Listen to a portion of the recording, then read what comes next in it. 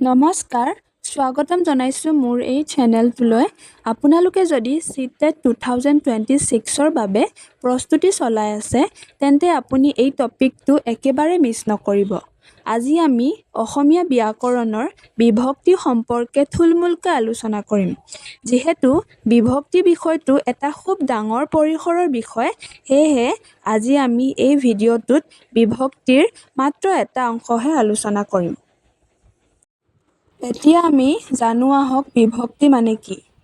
যিবোৰ সৰ্গই শব্দৰ সৈতে যোগ হৈ বাক্যত পদৰ স্থান নিৰ্ণয় কৰে, অৰ্থাৎ বাক্য এটাক শুদ্ধ ৰূপ দিয়ে, তাকেই বিভক্তি বোলে।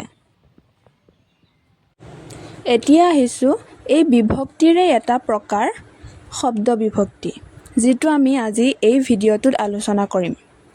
শব্দ বিভক্তি মানে হৈছে প্ৰাতিপাদিকৰ পাছত যোগ হোৱা বিভক্তি।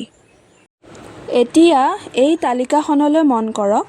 প্ৰথমে ইয়াত দিয়া হৈছে বিভক্তি, তাৰ পিছত দেখুওৱা হৈছে বিভক্তিৰ চিন আৰু একোটা উদাহৰণ দিয়া হৈছে।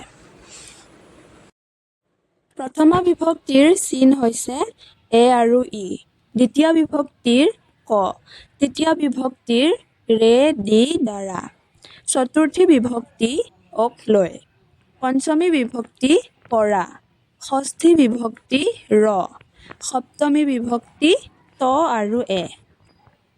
আজি আমি এই ভিডিঅ'টোত শব্দ বিভক্তিৰ বিষয়ে থুলমূলকৈ আলোচনা কৰিলোঁ। যদি আপোনালোকে এই ভিডিঅ'টো ভাল পাইছে, তেন্তে লাইক কৰিব। Thank U.